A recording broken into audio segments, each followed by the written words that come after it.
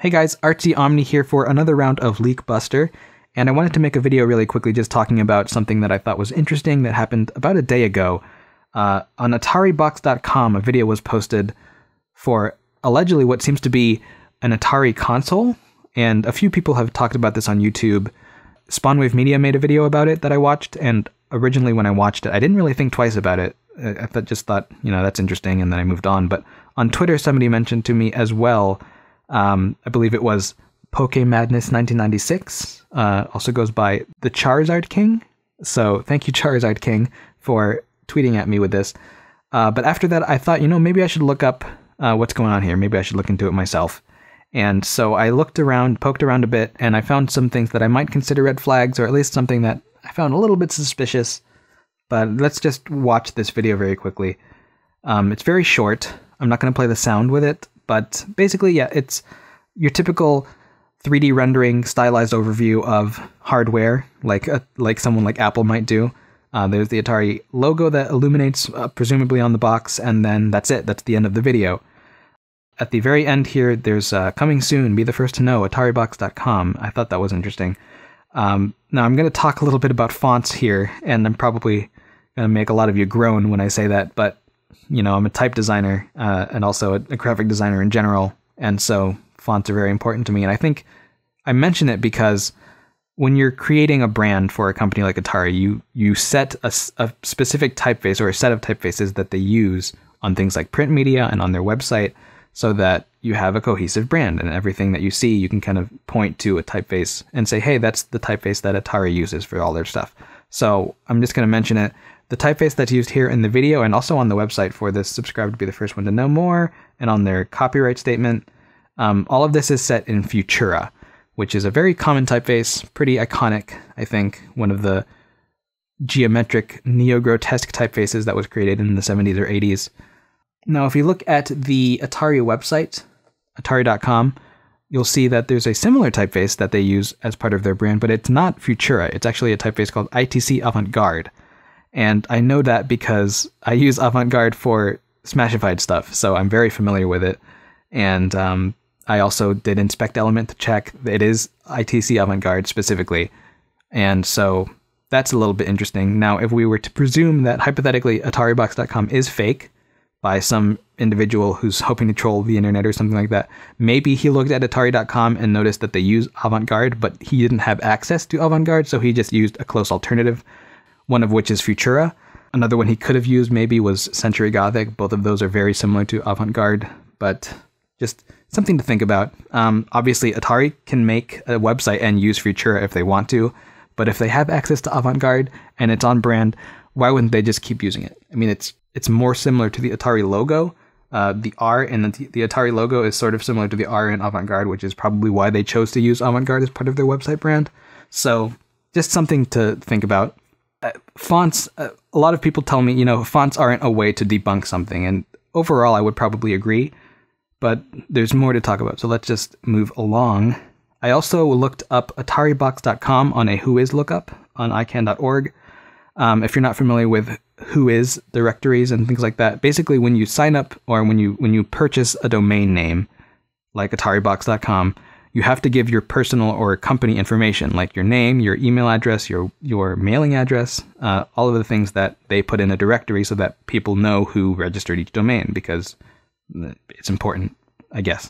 So the contact information for the registrant is domains by proxy. Now, if you ever buy a domain name on GoDaddy.com and you don't want to give your personal information out there for the public to see, then you can sign up for domain privacy, and what they'll do is they'll go through a domain proxy service, one of which is domains by proxy. Now, I've registered domains on GoDaddy.com before, and domains by proxy is the one that GoDaddy uses.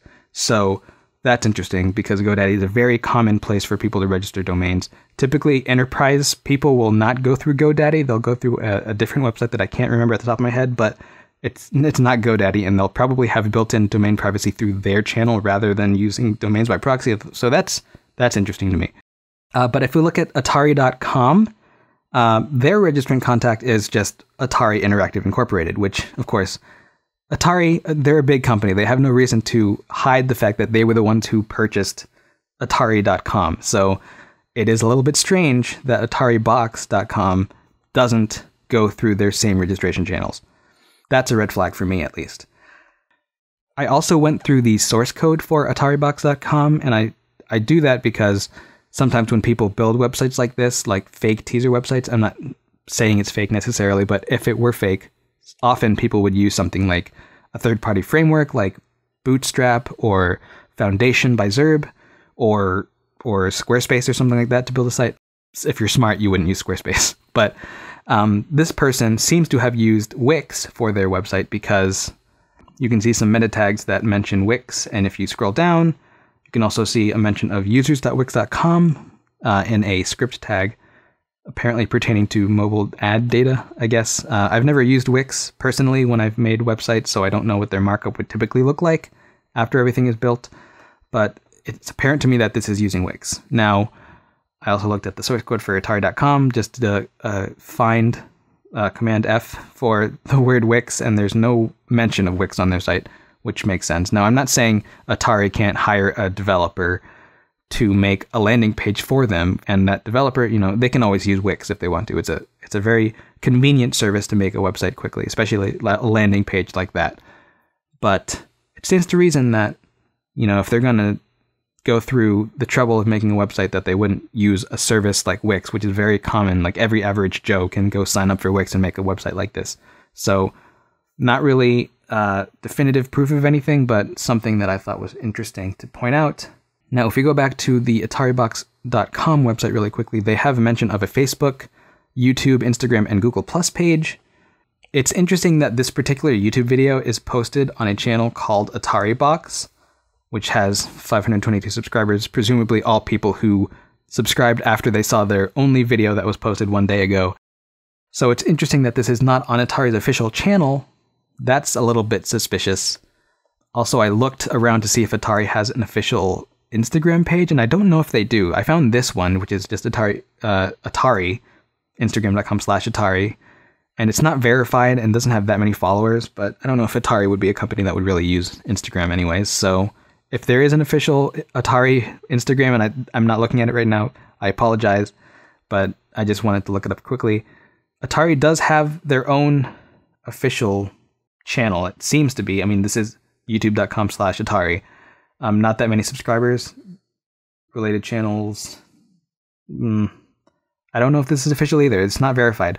But either way, this particular channel is not Atari's official channel either.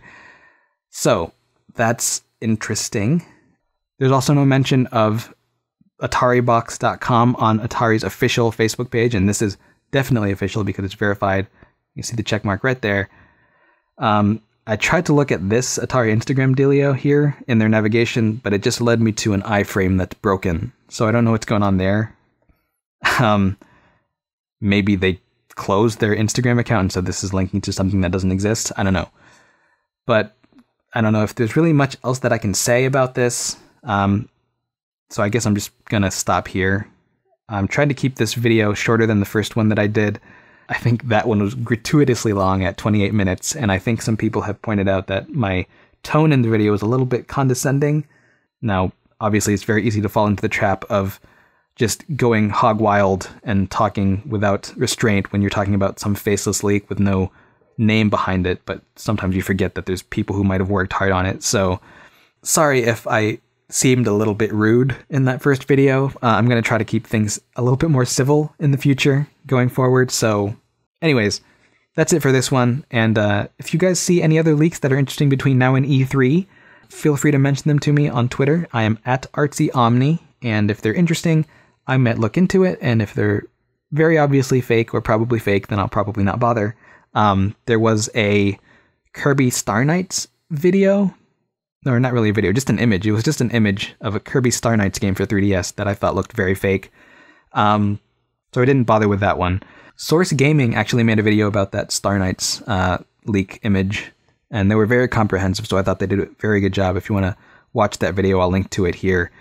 But that's pretty much it for this one, guys. I just wanted to give you guys as much information as possible. As always, I want you guys to form your own conclusion. If you want to believe this, that's your prerogative. I don't care what you guys do, but I personally don't believe this is real.